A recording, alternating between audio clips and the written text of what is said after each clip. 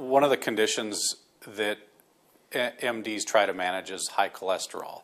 That's been a big business lately with statin drugs. And I think in the last 6 months to a year, as we're shooting this, the recommendations have gone up for people that should be on statin drugs to almost like half of the adult population.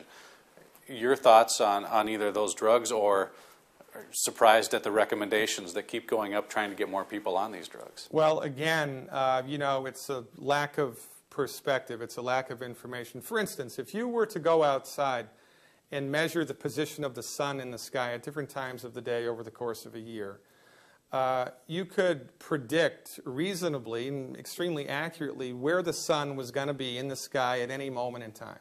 And then you could also reasonably conclude that it's the sun that goes around the earth. Because look, that the sun is the sun that's moving. It rises in the east and sets in the west. And I can tell you at 3 o'clock Central Time on June 29th, that's exactly where it's going to be, and I'd be right. But because even though you had collected all of this data, if you did not know anything about gravity, if you left out the datum point of gravity, your conclusions that the Earth moves around the sun would be incorrect, even though you had amassed this gigantic amount of data. If you did not know or include into your research gravity, you would not know that it's not the Earth, the sun that goes around the Earth, it's the other way around. So, depending on the perspective that a scientist brings to bear on, in this case, medical research, they can be easily led astray for lack of perspective, lack of a proper perspective. And this is how it is with cholesterol. I believe statin drugs are currently the second leading selling drug in the world, $25 billion, I think, a year. It's a massive amount of money that we spend on cholesterol-lowering medications. And in the time that we've been fat-phobic, statin drug crazy, heart disease, the rates of heart disease have not really changed that much. Meanwhile, Alzheimer's has skyrocketed. Alzheimer's has risen from obscurity to become the 6th leading cause of death. And if you look at the incidence of occurrence of Alzheimer's disease, it parallels almost exactly the introduction of statin drugs to the market. 75% of the brain and central nervous system is made from cholesterol. All of your sex hormones are made from cholesterol.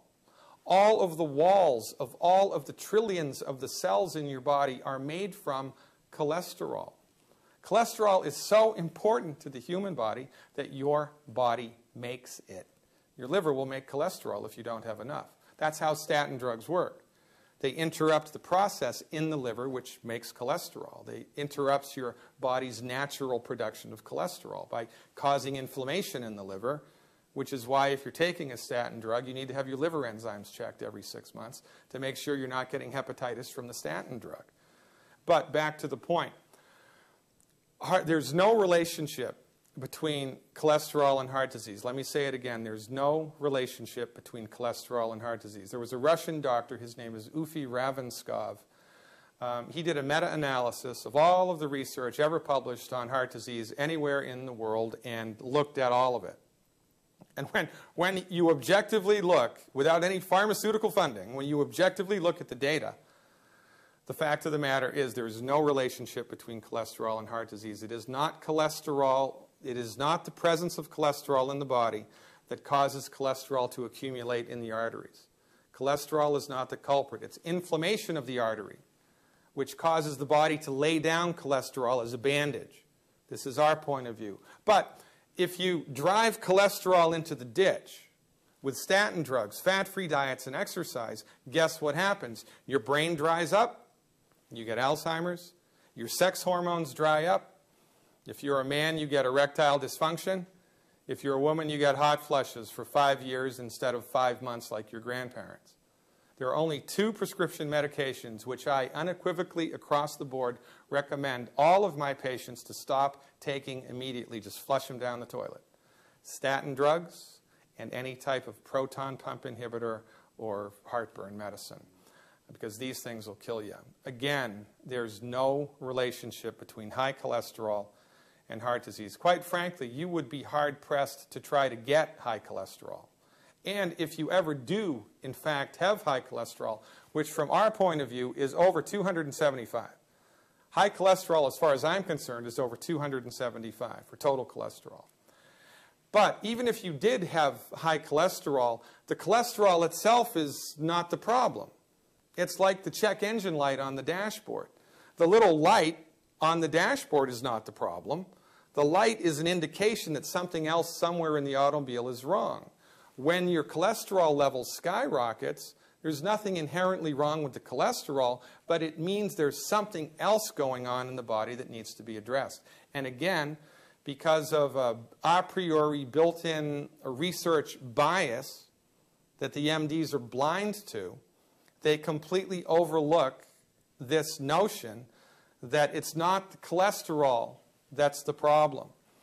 You know, thinking that cholesterol is the problem is like, you know, having somebody from Mars come to planet Earth. They don't know anything about anything. And they go around to houses that are on fires, and they see the bigger the fire, the more firemen. Therefore, they conclude that it's the firemen that caused the fire. It's a cockeyed way of, you know, looking at the data. And this is a big problem. There really is, in the final analysis, very rare cases of high cholesterol. And when those even do show up, again, it's not the cholesterol that's the problem. It's something else in the body making that happen. It's fascinating.